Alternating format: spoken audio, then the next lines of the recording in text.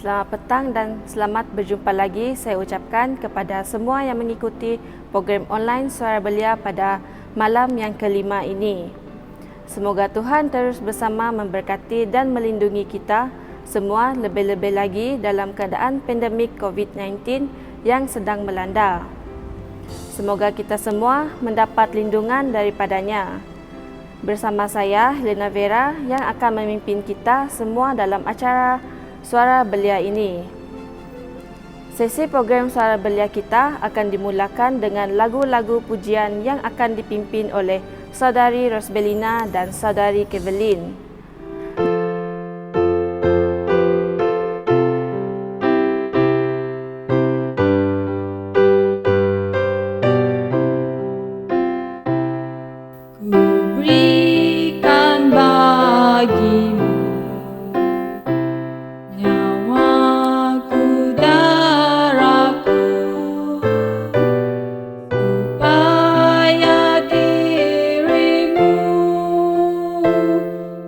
Jadi milikku, hidupku korban bagimu.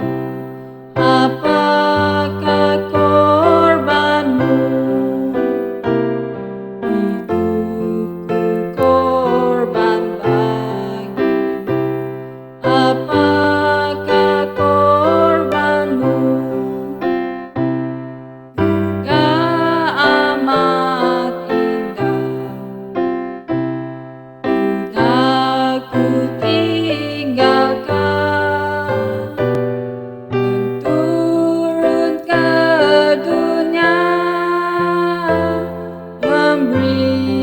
Sangat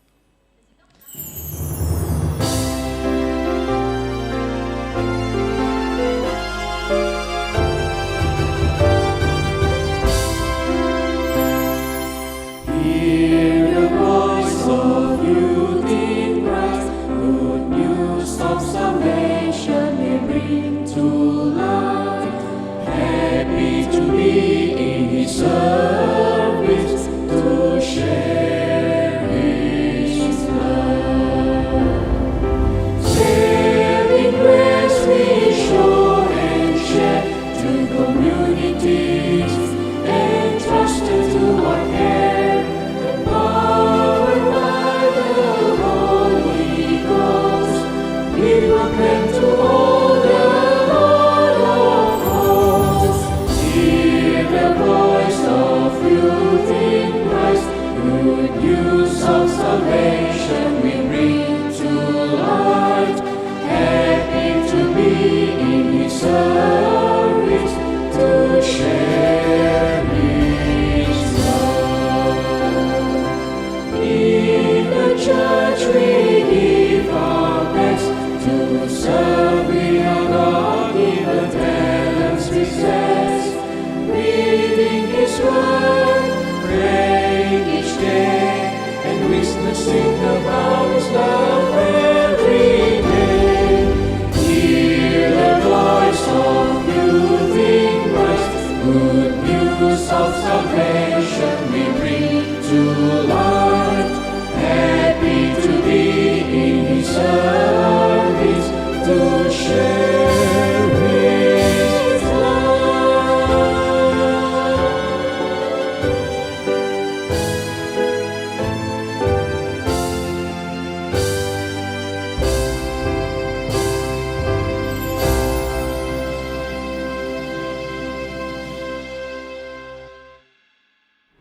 Bagi doa pembukaan kita akan dipimpin oleh Saudara Jendelson. Mari kita berdoa. Ya Allah Bapa kami di kerajaan syurga, kami mengucapkan syukur kerana dapat berkumpul dalam ni acara hari ini Tuhan. Engkau berkatilah, semoga acara kami berjalan dengan lancar Tuhan. Dan Engkau berkatilah pengkhotbah kami nanti, supaya apa yang dikatakan nanti dapat dijadikan pelajaran dalam hidup kami. Ampunilah segala dosa kami, dalam nama Yesus Tuhan Juru Selamat kami. Amin. Sesi Health Talk kita akan dikendalikan oleh Dr. Bego Sepop. Good evening, everyone. This evening, I'm going to give you a presentation on the Bible and good health. And I will be focusing on early detection of diseases. So let's take a look at Psalms chapter 30, verse 2. It says, "O Lord my God, I cried out to you, and you healed me." So this is a very good verse because the Lord has promised us that He will heal us no matter what illness we have. Beloved, I pray that you may prosper in all things and be in health just as your soul prospers. 3 John 1 verse 2. So the objective of our lesson this evening is to promote and ensure that everyone practice and maintain a healthy lifestyle through the following. Well, balanced diet while maintaining an ideal body weight. Let's take a look at the food pyramid. So you will see that the topmost you have the fats, oil, sugar, and salt, and we use only a small amount of it. And while the rice as an alternatives, we use the most. You look at it, you can see it in the bottom. So the next objective is our eating habit. It should be in moderation, and regular exercise, and enough sleep and rest. So exercise to have fun and be healthy, not just to lose weight. And we also need to go for regular checkup. We also need to educate everyone on the importance of early detection of diseases. So this is what we are doing this evening. So in early intervention is also very important. Treatment of any form of diseases so as to reduce morbidity and premature death due to complication. And in Genesis chapter 7 verse 2, it tells us, "Of every clean beast thou shalt take to thee by sevens, the male and his female, and of beasts that are not clean by two, the male and his female." So God has given us certain type of food that we should be eating. So what are the causes of diseases? Let's take a look at our food and our lifestyle. Today we seem to be focused a lot on food. So we seem to enjoy whatever food that we want over there because we have a lot of foods to eat. Now, we have the blood-borne diseases, and these are such as your hepatitis B, your hepatitis C, and today we have the COVID-19 virus, the SARS-CoV-2, which can be transmitted through air. And we also get diseases through the environment such as pollution. So you can see air pollution, water pollution, the uses of chemicals, and all these pollutions, you can see that it has caused environmental disarray. So how should Christians relate to the environment? What should we think about the environment? Just look at what is happening today. In our country, there has been a lot of burning taking place and a lot of plantations which is being carried out all over our country, and all this has caused environmental change, and it also results to climate change. As a result, there will be widespread suffering. So you can see a lot of people will be suffering from asthma. This is you will have difficulty of breathing and skin diseases, and seeing all of this happen because of our mistake. Now, other causes of disease, for example, the virus can cause skin disease, it can cause infection to the throat, and as a result of sin, we die. Just take a look at Romans chapter 6 verses 20 to 21. When you were slaves of sin, you were not under obligation to righteousness. But what were the fruits of those actions of which you are now ashamed? The result of all that was death. So, causes of disease and death. Let's take a look at non-communicable and communicable diseases. Non-communicable disease, for example, your high blood, your diabetes, your obesity, the hypercholesterolemia, and all these, the causes of these are your excessive tobacco use, harmful use of alcohol, unhealthy diet, physical inactivity. And if you are to look into the global causes of all death, communicable, maternal, perinatal, 27%, and surprisingly, you will be able to see that 31% of death is caused by cardiovascular diseases. So it's a heart disease. So if you take a look at the top chronic disease in Malaysia, you will see there are 6 of them, and of course number 1 is your heart disease. You have your respiratory disease, you have your diabetes, you have your stroke, cancer, and the chronic kidney disease. All these diseases is very common in our country. Although today we are being focused so much on COVID-19, which has caused a lot of death as well, but we have other what we call comorbidity, and all these diseases that we see are the comorbidity. That means the secondary cause of death. Now, let's take a look at the World Health Organization by Malaysian Health Management on Malaysian health. Only about 5% of Malaysian population is considered to be healthy, about 20% with various kinds of diseases, and 75% with sub-health, meaning to say, like ourselves, we don't know whether we are having any medical problems, but when we go for a health check, we will see that our cholesterol level will be high, our blood sugar may be borderline, and so forth. Now, the killer disease in Malaysia, we have the coronary heart disease. In year 2010, it has resulted to about 22,701 deaths, and 22.18% of the total fatalities recorded, and this encompasses the likes of heart attacks and other coronary problems. So the development of a heart disease. So let's take a look at your blood vessels. When you were young, your blood vessels is considered to be very good. They are very, very minimal cholesterol plaques. But gradually, as you develop, your blood vessels will be filled with the cholesterol plaques because of the food that you take. Food that contain high levels of cholesterol. So as time goes by, until a certain extent, your blood vessel will be blocked. It will be clogged with these cholesterol plaques. So as a result of high cholesterol, which we call hypercholesterolemia, it will cause blockage in the blood vessels. So you can see it in the picture over here. These are the blockage of the blood vessels, and it causes the blockage in the blood vessels of the heart over here. You can see these are the blood vessels of the heart.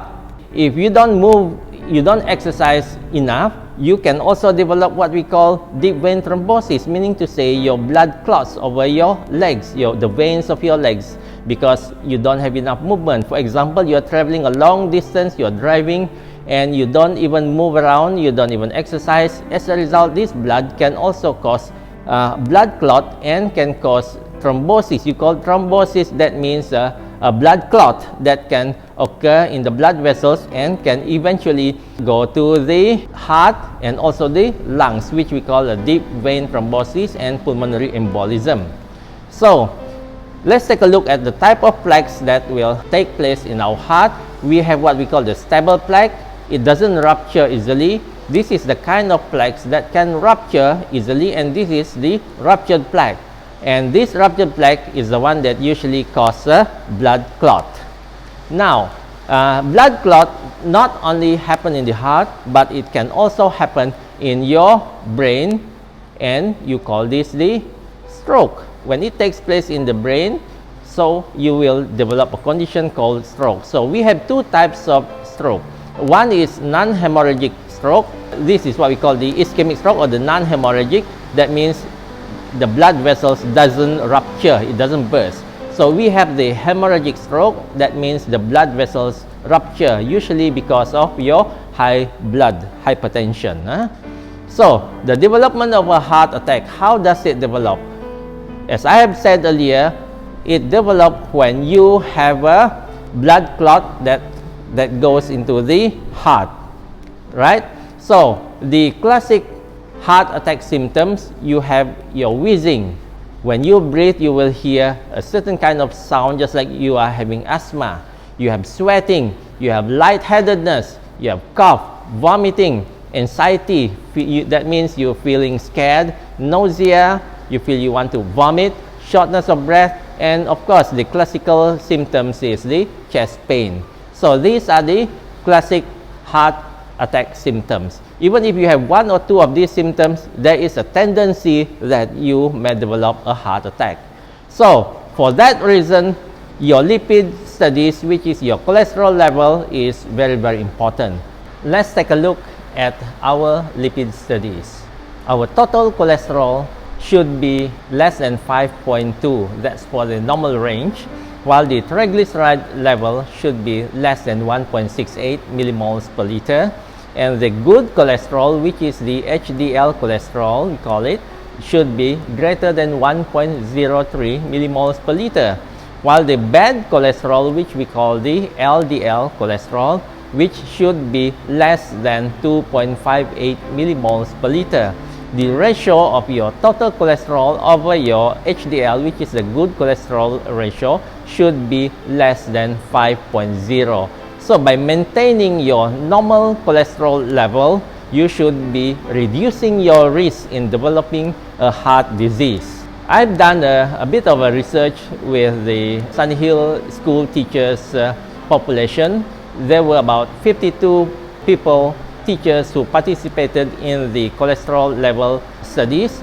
So my study showed that about 41.9% of the staff, male and female, had a high level cholesterol, while 34.9% had a high level of the triglyceride, while 9.3% had a good cholesterol level, while most of them, which is 69.8%, had a high level of the bad cholesterol, which is unhealthy. So the preventive measures that we need to do in lowering down your cholesterol level or in maintaining good health is that we need to have regular checkup, we need to have early detection, and because this gives us a brief idea on the condition of our organ in the body, and prevention is very, very important. So Batu Kawah Church, SDA Church, has done a very good job in in conducting health screening activities for the church members. That was sometimes in the year 2018. And of course, in UNIMAS, we have conducted quite a few health screening as well, and a lot of them are very much aware on their health conditions. So, the preventive measures, especially in controlling the cholesterol level, is that of course you need to do your blood test regularly, because this will detect the diseases. So it includes your full blood count, your lipid studies, your liver function test, your kidney function test, your blood sugar to determine whether you have diabetes or not, and urine test is very, very important. Of course, other procedures includes your CT scan, your X-ray, your ultrasound. All this helps in the early detection of your diseases as well. So there are many ways on how you can stay happy and healthy. Of course, your good nutrition.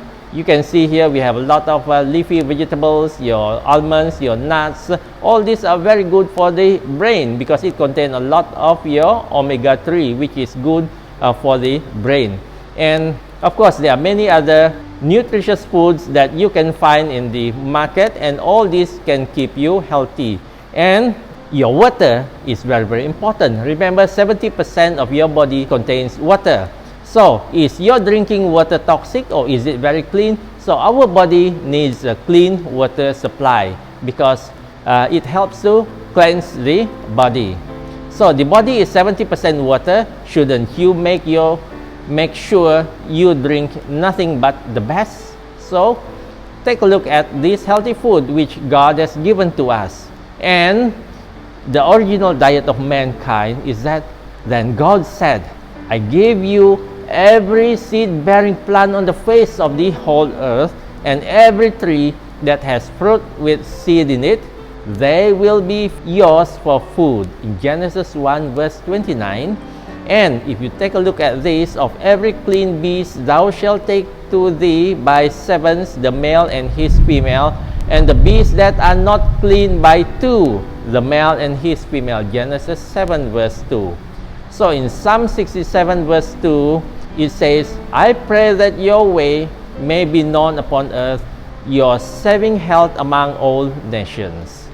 So with this, I would end up with health is wealth. Thank you for listening.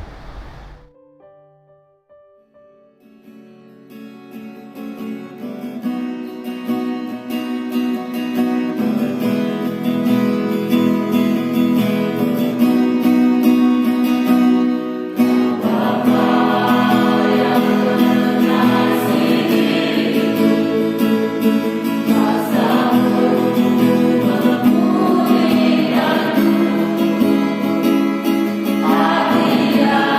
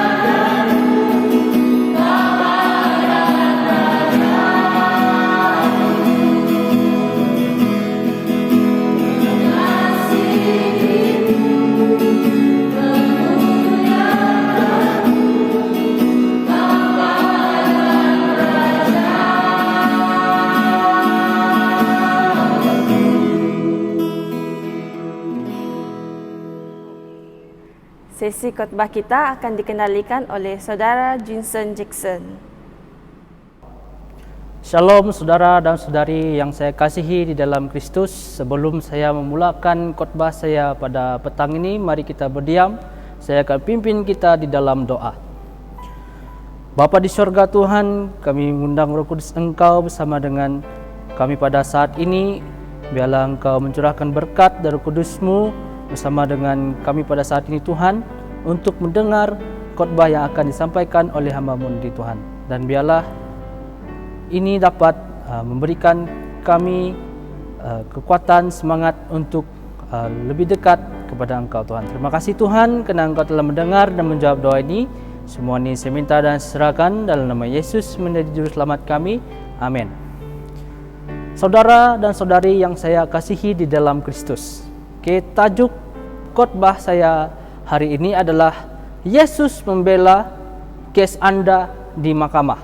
Nah, saudara dan saudari, kita akan lihat bagaimana Yesus membela kes Anda di mahkamah. Di mana kalau kita lihat di sini saudara dan saudari, presiden di pengadilan, yaitu di mana ada seorang pemuda yang di mana dia di mahkamah dengan pengadilan selama beberapa tahun, dan kita lihat di sana di mana dia ingin pembelaan daripada mahkamah.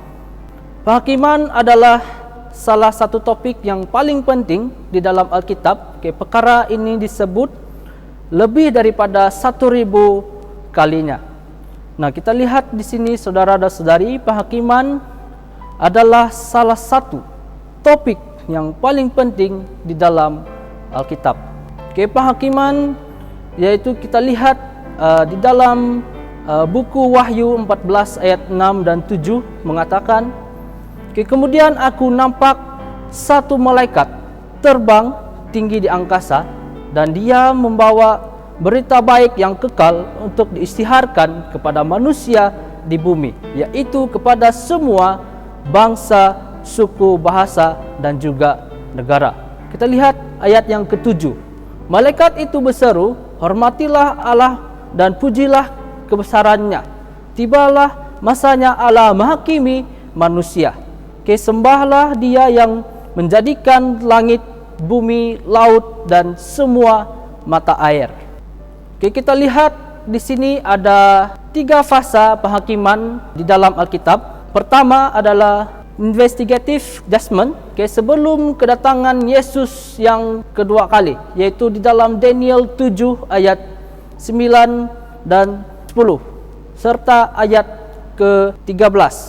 Ayat yang kedua yaitu millennial judgment, setelah kedatangan Kristus yang kedua kali, yaitu di dalam Wahyu 20 ayat 4 dan juga 1 Korintius 6 ayat 2 dan 3. Yang ketiga adalah executive judgment, yang pada penghujung sejarah bumi, yaitu kita lihat di dalam Wahyu 20 ayat 9 dan juga Wahyu 14 dan juga 15.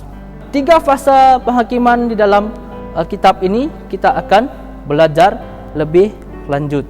Nah, di dalam Matius 12 ayat 36 dan 37 mengatakan, ketahuilah bahawa pada hari kiamat setiap orang harus mempertanggungjawabkan tiap-tiap kata yang tidak seharusnya diucapkan. Nah, di dalam Matius 12 ayat 37, kata-kata kamu akan digunakan untuk menentukan sama ada kamu bersalah atau tidak.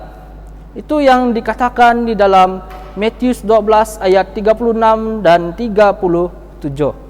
Nah, saudara dan saudari, kita lihat buku di sorga, yaitu buku yang pertama, buku peringatan di dalam Malaki 3 ayat 16. Serta buku yang kedua yaitu buku kehidupan.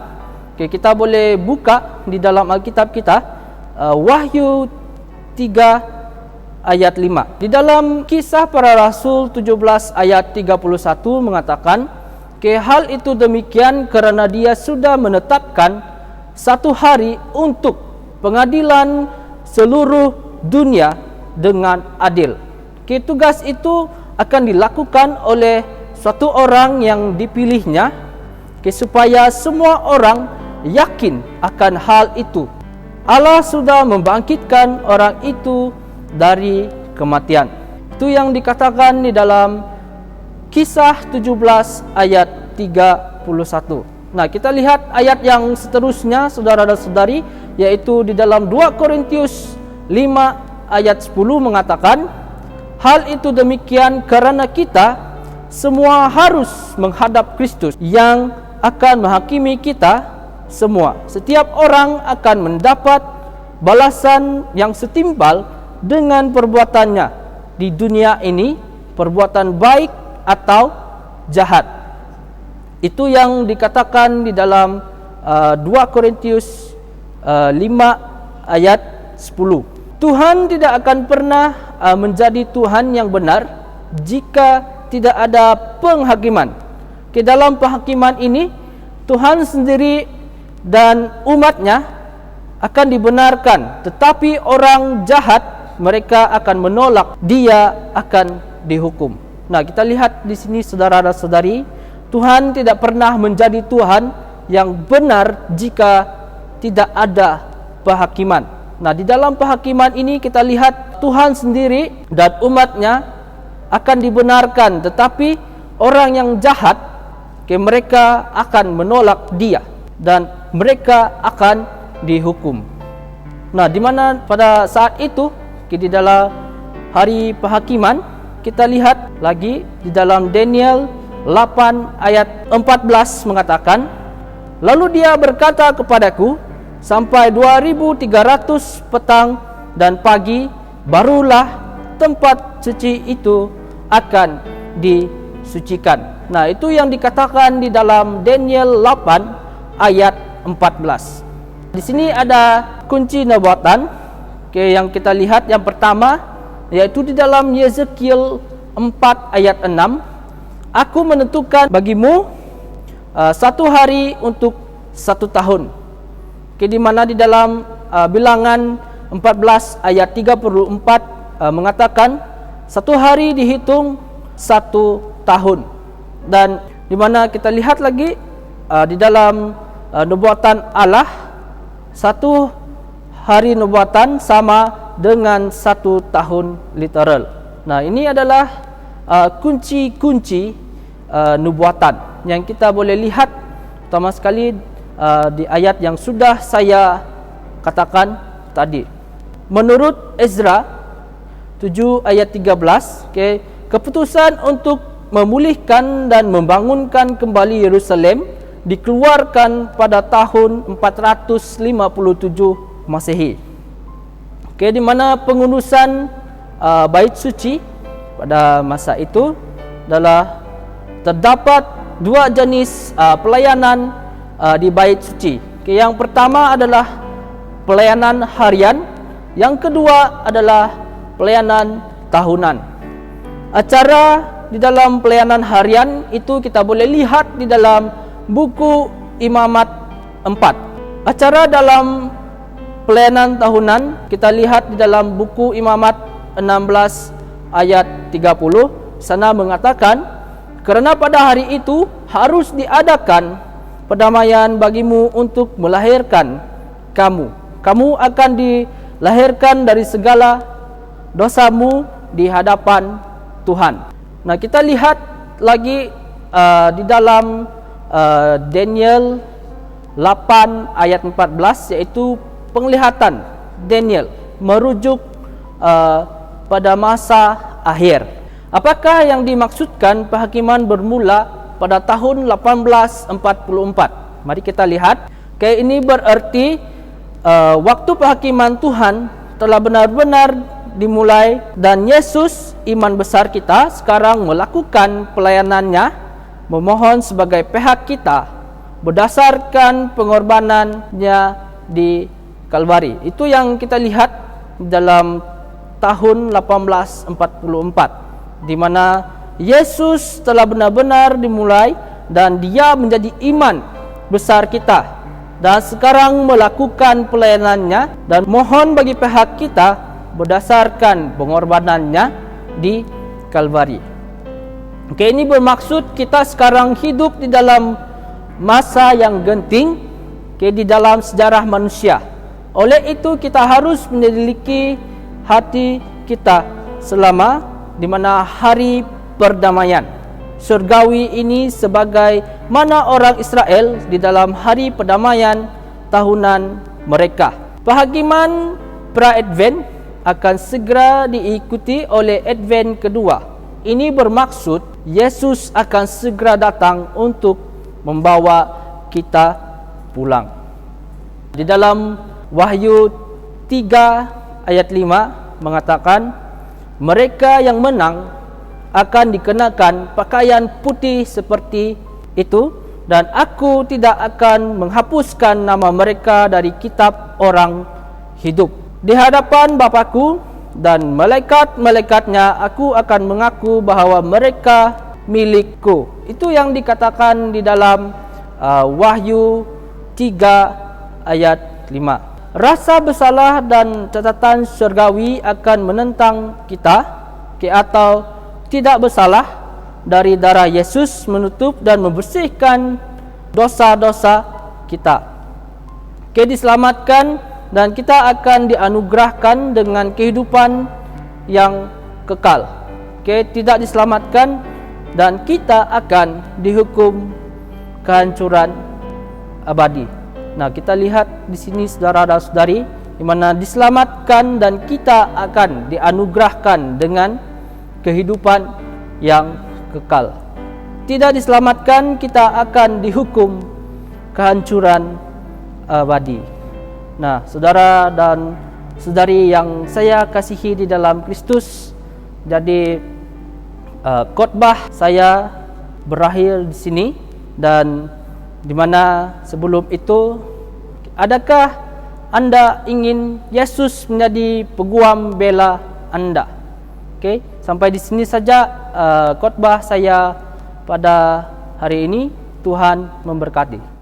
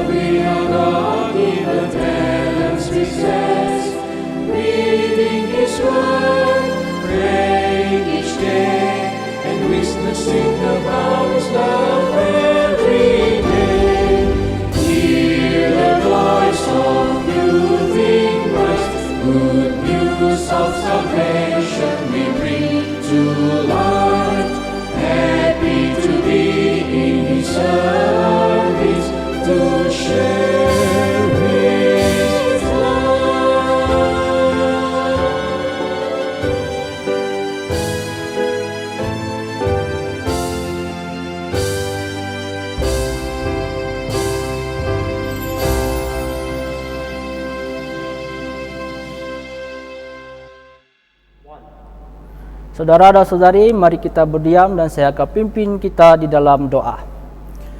Bapa di sorga Tuhan, kami mengucapkan syukur dan terima kasih Tuhan, di mana pada kesempatan ini sekali lagi kami mengundang Engkau bersama dengan kami Tuhan, lebih-lebih lagi untuk hamba-Mu yang sudah menyampaikan khotbah di mana Yesus akan membela kami semua di mahkamah nanti Tuhan. Dan biarlah dengan pembelaan yang telah Engkau janjikan itu dapat membawa kami pulang bersama-sama dengan Engkau Tuhan. Terima kasih Tuhan kerana Engkau telah mendengar dan menjawab doa ini.